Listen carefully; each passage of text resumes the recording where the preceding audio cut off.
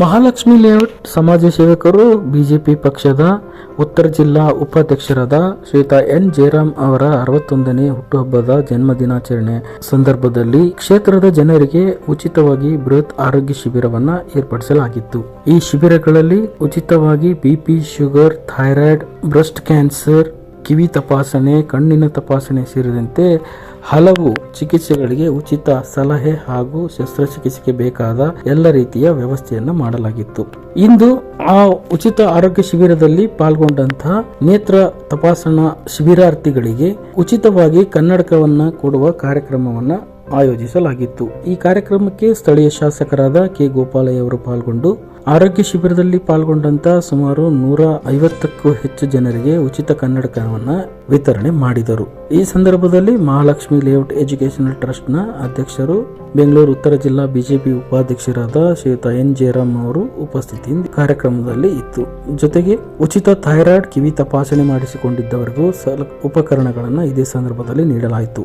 ಈ ಸಂದರ್ಭದಲ್ಲಿ ನೇತ್ರ ತಜ್ಞರಾದ ಶ್ಯಾಮ್ ಸುಂದರ್, ಶಂಕರ್ ಮಠ ವಾರ್ಡ್ ಅಧ್ಯಕ್ಷರಾದ ಆರ್ ಮಂಜುನಾಥ್, ಬೆಂಗಳೂರು ಉತ್ತರ ಜಿಲ್ಲಾ ಬಿಜೆಪಿ ಎಸ್ಸಿ ಮೋರ್ಚಾ ಪ್ರಧಾನ ಕಾರ್ಯದರ್ಶಿಗಳಾದ ನಿಸರ್ಗ ಜಗದೀಶ್, ಮಾಜಿ ಕಾರ್ಪೊರೇಟರ್ ಕಲ್ಲೇಶಪ್ಪ, ಯುವ ಬಿಜೆಪಿ ಮುಖಂಡ ಕಾರ್ತಿಕ್ ಸೇರಿದಂತೆ ಹಲವು ಗಣ್ಯರು ಹಾಗೂ ಶಿಬಿರಾರ್ಥಿಗಳು ಭಾಗವಹಿಸಿದ್ದರು.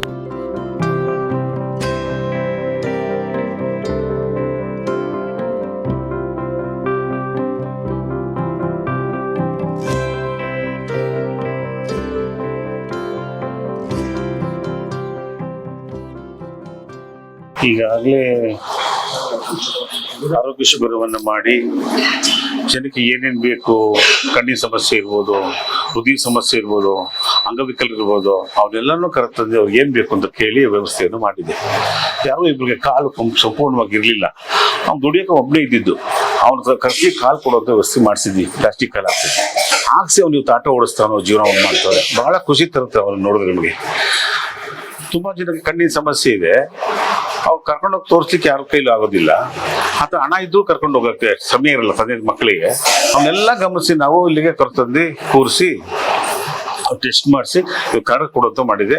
ತುಂಬಾ ಜನಕ್ಕೆ 217 ಜನ ಬಂದಿದ್ರು, ಅವಾಗೆಲ್ಲ ಕನ್ನಡ ಕೊಡುವಂಥವ್ರು ಕೊಡಿಸಿದೀವಿ. ಡಾಕ್ಟರ್ ಮೋದಿ ಹಾಸ್ಪಿಟಲ್ ಕೂಡ ನಮ್ಮ ಡಾಕ್ಟರ್ ಶ್ಯಾಮ್ ಸುಂದರ್, ನಾವೆಲ್ಲ ಸೇರಿ ಕಾರ್ಯಕರ್ತರು, ಮುಖಂಡರು, ಭಾಸ್ಕರ್ ಅವರು, ಮಲ್ಲೇಶ್ವರ್ ಅವರು, ಮಂಜುನಾಥ್ ಅವರು, ಇಂಥ ತಾಯಿಂದ್ರ ಕರೆಸಿ ಕೋರ್ಸ್ ಅವ್ರು ಚೆಕ್ ಮಾಡಿ ಮಾಡಿಸ್ಕೊಟ್ರೆ ಅವ್ರಿಗೆ ಸಿಗೋ ಆನಂದನೇ ಬೇರೆಯವರು. ವಯಸ್ಸಿನ ಅಂತ ಇರಲ್ಲಪ್ಪ, ನಾನು ಕಣ್ತುಂಬ ನೋಡ್ತೀನಿ ಪ್ರಪಂಚನ, ಕಣ್ತುಂಬ ನೋಡ್ತೀನಿ ನಮ್ಮ ಮಕ್ಕಳನ್ನ, ಈ ಜಗತ್ತು ನೋಡ್ತೀನಿ, ಹೆಸರು ನೋಡ್ತೀನಿ, ಬಹಳ ಖುಷಿ ಆಗುತ್ತೆ ಅಂತಾರೆ. ಅದಕ್ಕೆ ಇನ್ನೇನು ತುಂಬಿಬೇಕು ನಮಗೆ.